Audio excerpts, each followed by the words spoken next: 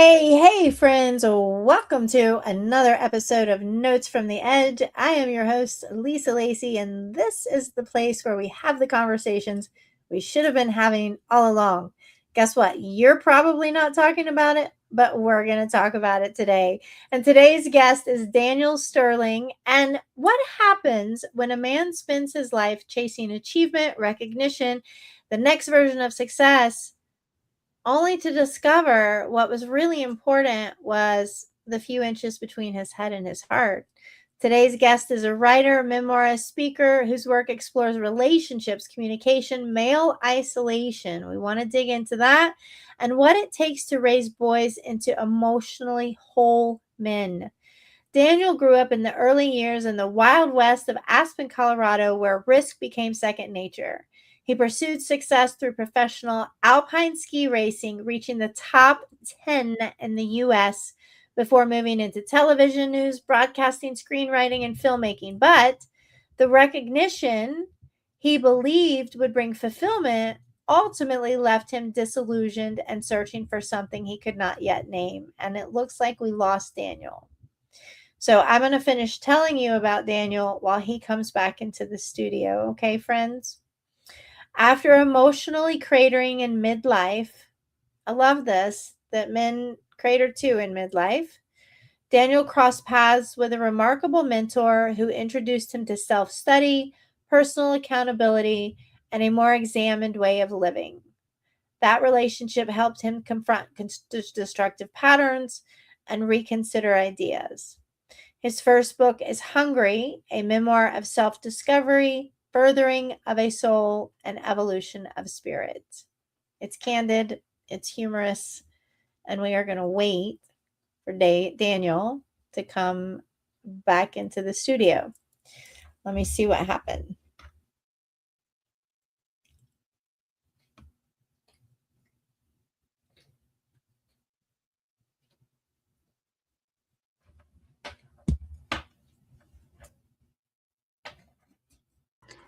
Hello. You missed your whole awesome bio. That was an awesome entry, preamble, an intro. Thank you. Welcome And back yes, all to of a Notes sudden, from the Edge. yeah. We went ahead and told a little bit more about you, but we're at the part where we're highlighting your book. And I want to make sure we do, because Hungry, a memoir of self discovery, furthering of the soul, and the evolution of the spirit. And I think that's the journey we all need to be on. So, welcome back to Notes from the Edge, Daniel. How are you doing today, my friend? Very well, Lisa. Thank you so much for having me on. Excited to talk to you. Yeah, I'm excited for this convo. I think it's much needed. So, you have said that at 8 years old, you found what you called a chemical surrogate for affection. So, what does that mean, and how did that shape you into adulthood? So, yes, I was 8 when I won my first ski race, and I was flooded with all these good chemicals. Right now, I was like, "Ooh, this is good." So, I was from that point forward, because I ski raced another 16 years, I was just so determined to win and feel that again. And really, what I was looking for was recognition and accolades, but really to be seen. Mm-hmm. And because, I mean, don't get me wrong, my parents gave me a lot of really good things, but there was pretty much a free for all in our house. 5 kids, 2 cousins living with us. And so I was one of the youngest too. So I was largely unseen. And I had to be a quiet kid because I had an older brother who just terrorized me. And anytime I spoke up, it gave him an excuse to go after me. So I withdrew. And so I'm looking around for a substitute for the love in my home that had gone missing, sadly. So I became a very driven, determined, edgy kid and grew into the same version of that as a man. Yeah. Yeah, it's interesting, So Daniel. I did the same thing with performance. I was a competitive dancer and an actor from the time I was 5, and that was my escape. And that's where I found the applause. And it was never enough, though, for my family. It was never enough, no exactly. matter what I achieved.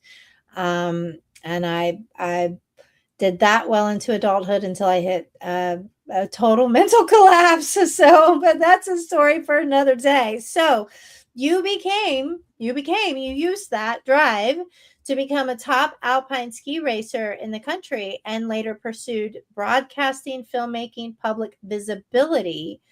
When did healthy ambition become the performance that you felt like you had to maintain and that became a chore for you? Well, let me just say that I don't, looking back, I don't consider any of my ambition to be healthy because I was fixated and so emotionally invested in these positions in the world that I was so out of balance and so misguided Mm. that none of it was healthy. But I will say that I I wouldn't change any of it. I don't believe in regrets, number one. But I also know that I had to go through all of it. I had to live it and suffer with it, honestly, because that's what I did until I was 39. And that's when I was writing screenplays. So 5 screenplays later, I pretty much bottomed out. You talk about emotionally cratering. That's what I did. And that's when I met this mentor.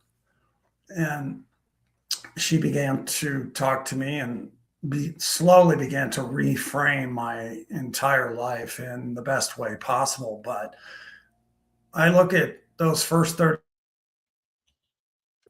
a, a, a necessary preamble for where because as she used to say, the only thing people listen to is pain. And that's what it took for me to Oh, just be so desperate and broken and discouraged that I began to look around and say, there's got to be a better way yeah. to live. And there's got to be more to life than this, just And a better way to chasing feel, aspirin.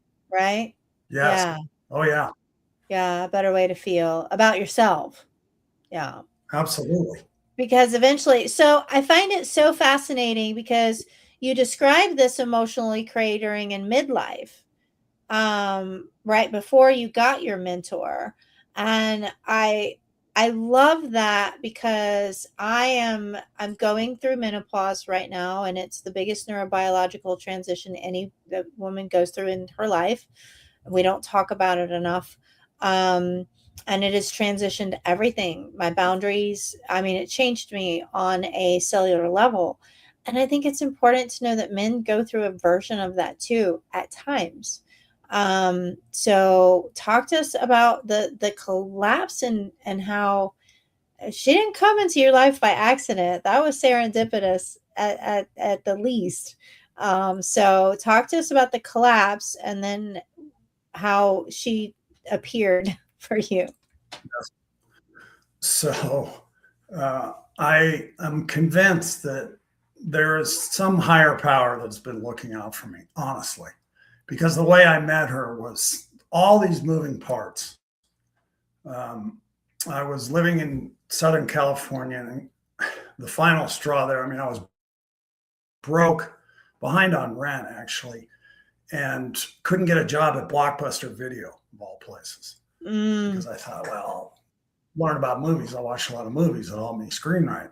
So I ended up going to Tahoe and working with a friend, siding a house. I was a carpenter. He was too. So I went to one day of a writers conference and met this woman, and we sort of fell into bed and fell into a working relationship. She was a business writer and a novelist. She was editing a book for Lloyd, who was a psychologist who had a men's group, and he took pity on me, invited me to the men's group where I met this gentleman, Daniel, and he said, I got to know him.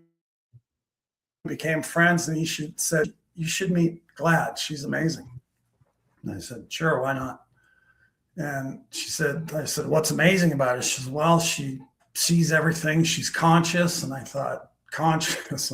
What's that? So I met her, and the minute I shook her hand, I swear to God, she looked all the way through me. And I just felt, oh my God, I think I'm in for it. So we sat down to dinner, and she said, "Well, tell me about your childhood." So I spun this story that I have. I kind of like the story, about a mother who's pretty amazing. She went on this game show and won $15,000 tic-tac-toe, and that was seed money to build our ski lodge in Aspen. And she was a writer, and my brother was an Olympian. So I told her this story. I spun my tale of the family. And at the end of it, she looked at me. She said, "Well, that all sounds great. Why are you so miserable?" And I thought, oh my God, am I that transparent? And apparently I was. But that was or she was just that good. Some of us are just that good. Yeah. She was that good. And well, I love that because, we lost Daniel again. Daniel keeps clicking the off button. I'm not sure what's happening, guys. When he first came on, we were having sound issues. Hang on. Let me message him.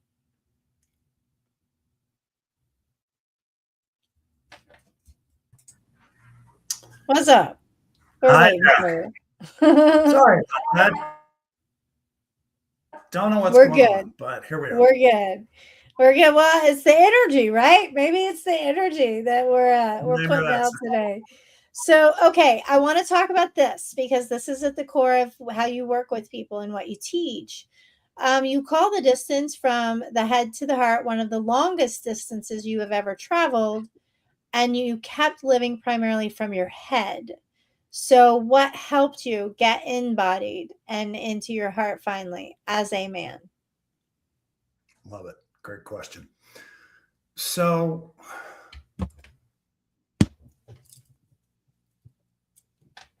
when I would get in a difficult place with myself, this is where I became very mental. And when I met her, really, I was my ego. I mean, I was my story. I was a ski racer. I was a writer. I was all these things that I was propping up my insecurities is what I was doing very clearly. So, but I was always a feeling kid, I always had heart, and I liked who I was when I was in my heart. But I only allowed myself to go there typically with girlfriends, right? Because with the men in my town and the older boys, who were a bunch of hard asses, it was not safe to do that. So I was very guarded with all of that. A lot of armor. So very much so. And so it was a process of coming to know myself so well that I could get into my heart instantly, because as I gained this self-knowledge and began to understand my own values and who I was and who I wanted to be, then I became much more comfortable in the world. And I could respond to any situation and say, okay, what's going on, and what do I want to do about it, and who do I want to be in the moment? So I can access my heart at any time, but I'm very, very discerning about that. It depends on who I'm with, Is this a person that, I want to give that to? And I want to have that experience with. Trust. Yes, exactly. Absolutely. Very much so. Yeah. So Fascinating, because it does. It answers it perfectly. And what's so interesting and in my life, I'm working with my transformational coach right now to drop some armor. I grew up in a situation where it was toughen up, suck it up, man up, and I tried to man up. I was in male-dominated industries my whole life.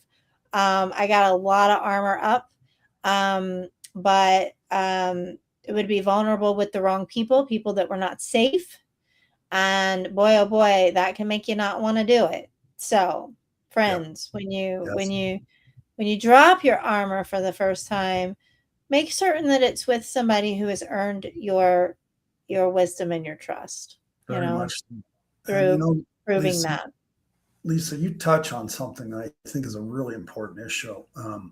Being a woman, I can't imagine what it's like to go out into corporate world as an example, Mm, where to advance, you know,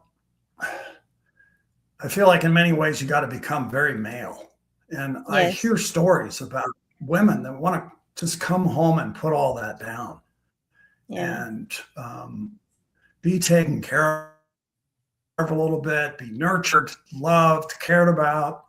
Um, so I have a lot of compassion for women that live very male energy all the time because it's not a happy place to be, at least in my Yeah, opinion. it was a tough gig, and I was a martial artist for 11 years. I'm not training currently because I've got a knee injury. I'm nurse or a blood clot actually that I'm nursing in my leg. Long story there. I have a congenital blood disease, but yeah, it was my job to educate, groups of 3 to 500 physicians at a time. And they're a hard crowd. They're a really hard crowd. Oh, So, yes, and that again, I got told to man up, so I was like, "Well, okay, I guess this is what we're doing." I even have some guy friends sometimes that I'm like, I'm a female. I got like I'm not a dude. I'm not a dude because sometimes they'll say dude things. So yeah, I have to I remind get them it. sometimes. I get it. Yeah, I have to remind them sometimes. So we hear a great deal about loneliness right now, and I believe there is a loneliness epidemic right now. And we have never been so, quote, connected digitally, but so disconnected on a human level. Isolation is running rampant, and especially men. So, what are boys taught at a young age? Because, for all of us, this stuff starts in childhood, friends. It does. So, you got to go back and look at it. That's part of the work. What are we teaching our boys directly or indirectly, maybe unconsciously, that later makes things like vulnerability and intimacy and asking for help feel not safe or maybe even dangerous?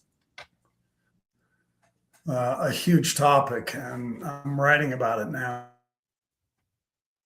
So, as you could say, the premise of this book I'm writing is really I'm presenting myself as the best example as a bad example.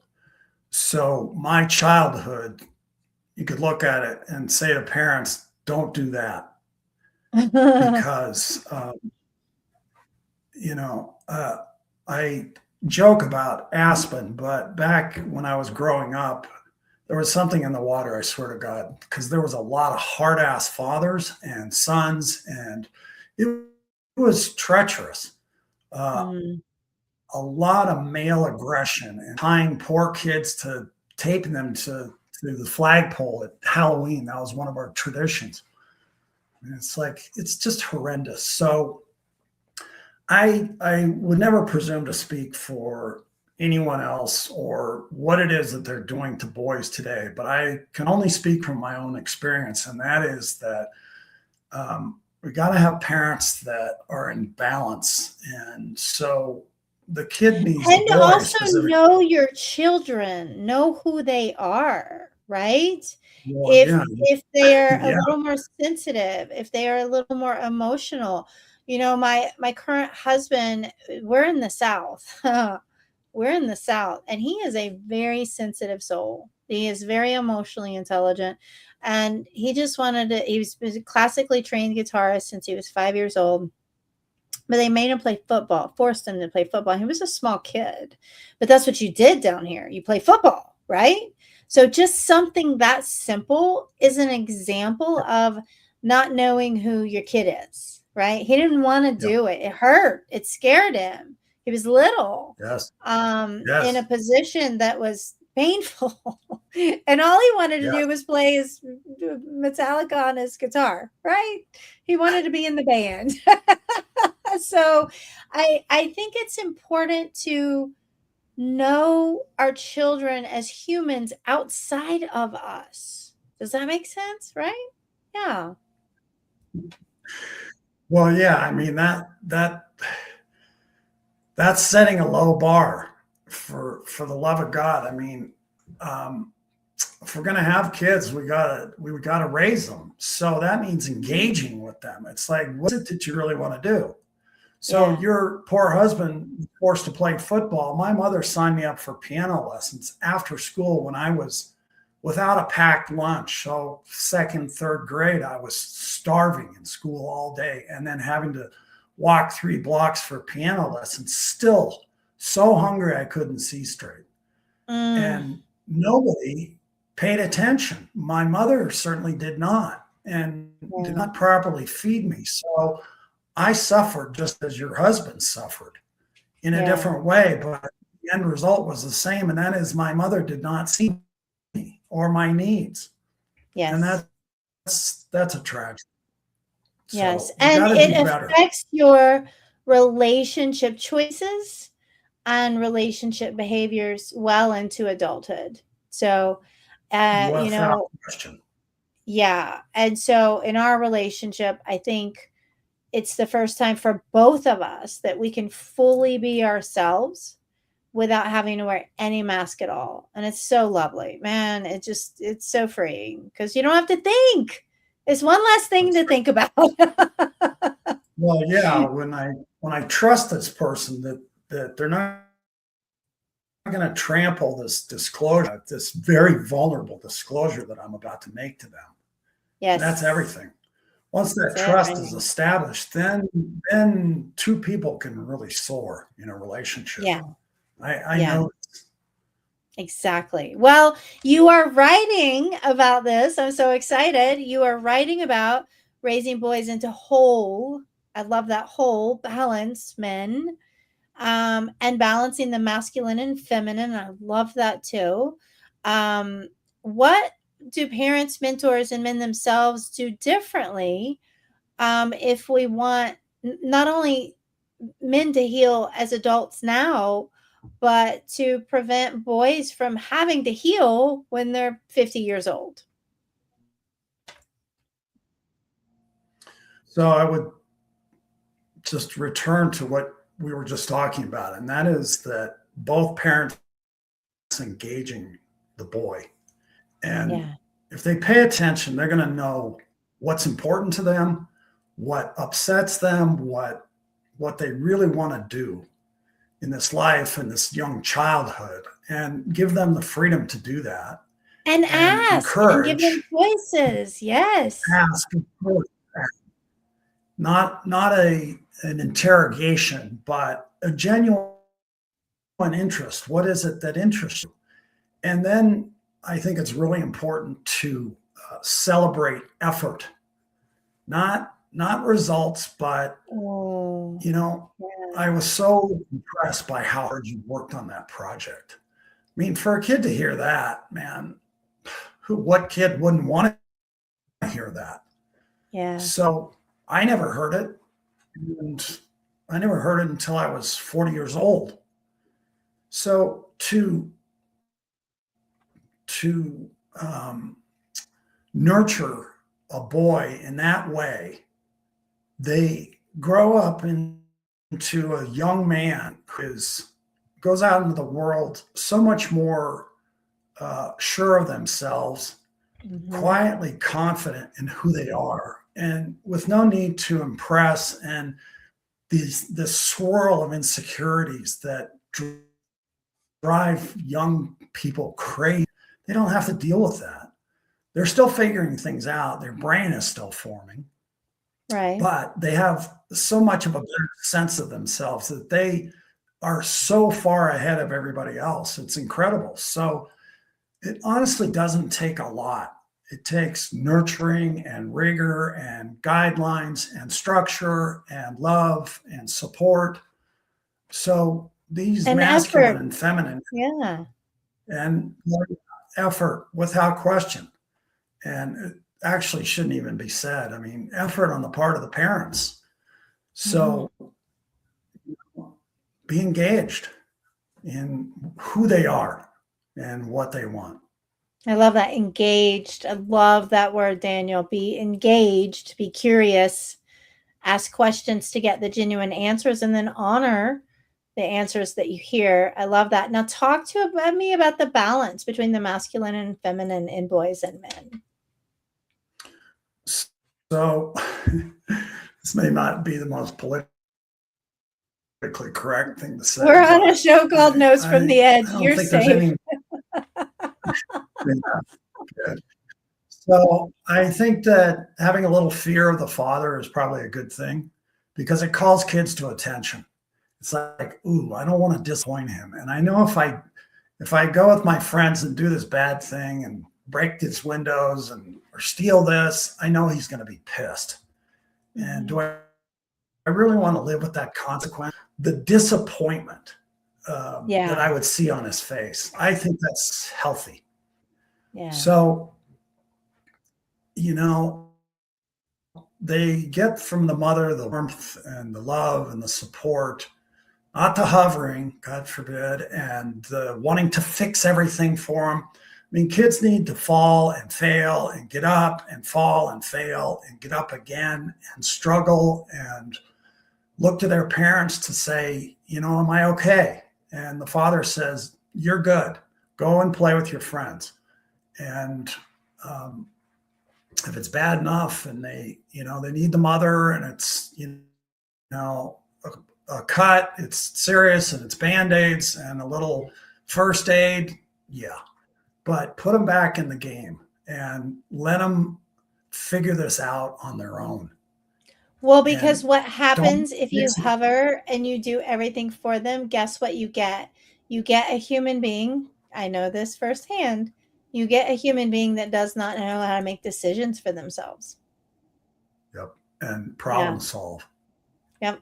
And understand that it's uncomfortable to fail. It's uncomfortable to, be uncertain and not have the answer.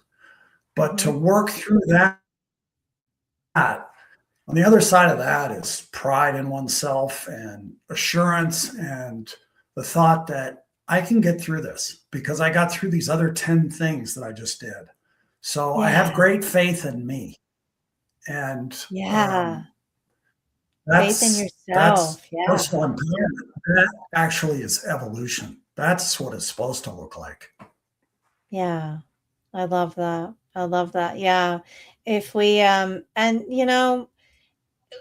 look, if there's parents out there listening and say your boys are of an age now, they're almost out of the house, it's never too late to re-engage. It's never too late. Trust me. I had to reconcile my daughter.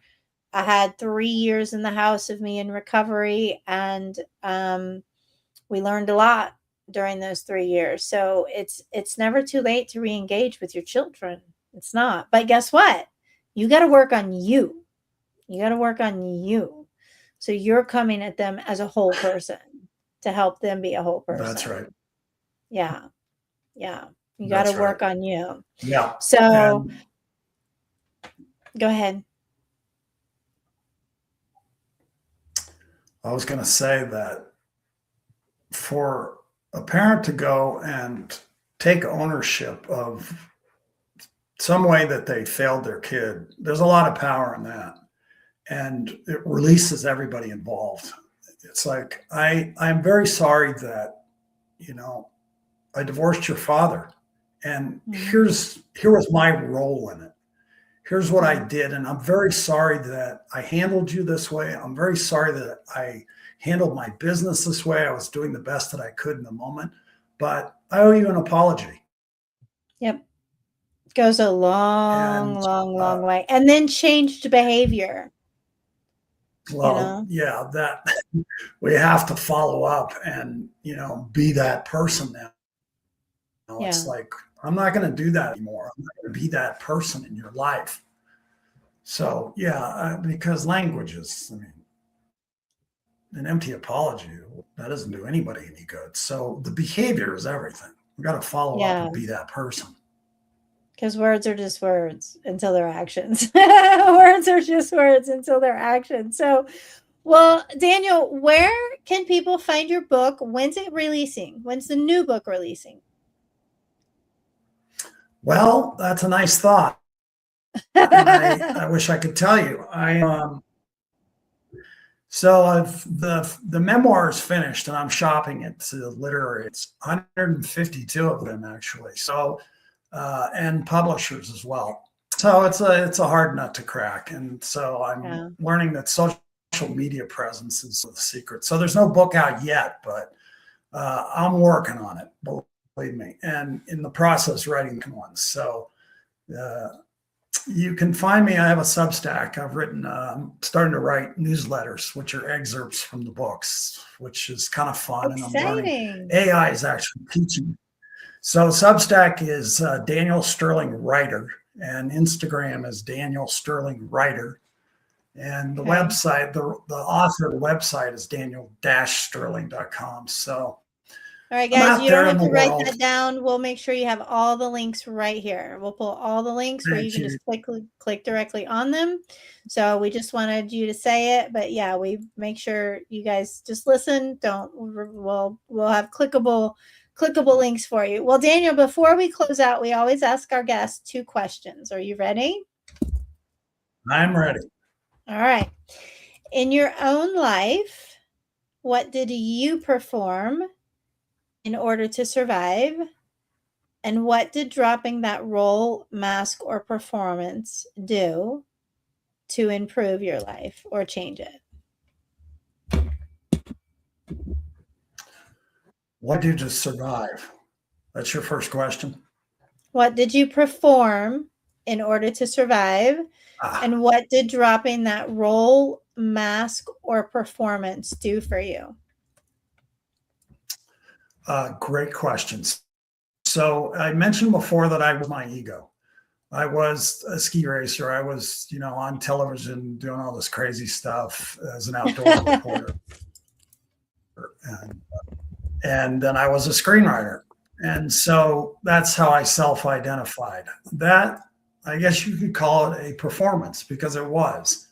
And I wanted to know who I was beyond all that, but I was sort of clutching all of that to me Mhm. because it was all I had out in the world. And so when I showed up with my mentor, I was my ego. And so as I began to set all that aside, because at the time I was sort of full of myself, even though I didn't have a lot of reason to be, but I was argumentative and defended. And so as I began to drop all that and embrace, I guess you could say, a more humble person, um, it was incredibly liberating where I didn't have to have the answer and I didn't have to fight and I didn't have to argue. And I could be very discerning about, what I took part in the world. But it was a great day when I could say, you know, um, if I say some snarky thing to my sister or a friend trying to be funny, I can grab it immediately and go, ooh, I think I just went a little far. If I did, let me know. So I don't have to defend it. It's like, no, it was just humor. I was just playing with you. Don't take it so seriously. What's your problem? So it became about ownership and accountability. And that was a great day for me. It's a great day. So much freedom in it because then we don't have to pretend anymore because the performance is exhausting. So, last question is what do you wish we were having conversations about more often? What do we need to be talking about that we're not? Well, accountability, personal accountability is huge. Oh, that's a good one. Communication, communication is huge, and the two to me go hand in hand because whatever is happening, if I'm in a dialogue with whoever it is, it doesn't matter. Those are just variables. But I have to assess, what it is they're saying to me. Is it mine or is it not mine? So I can, first off, I'm going to take ownership if it is mine. And good Lord, I'm losing my train of thought here. No, you're spot on. You're spot on. Personal accountability is what we need to be talking more about, because guess what? If everybody in this globe took personal accountability, boy, oh boy, this would be a completely different place. Because instead of all playing the Yes, it blame game would. or the victim game or the it's you game or the divisive game, we would be working on ourselves. Because I'm telling you, when you work on yourself, everything around you gets exponentially better. It does. Absolutely. When you Thank you create for consciousness, the.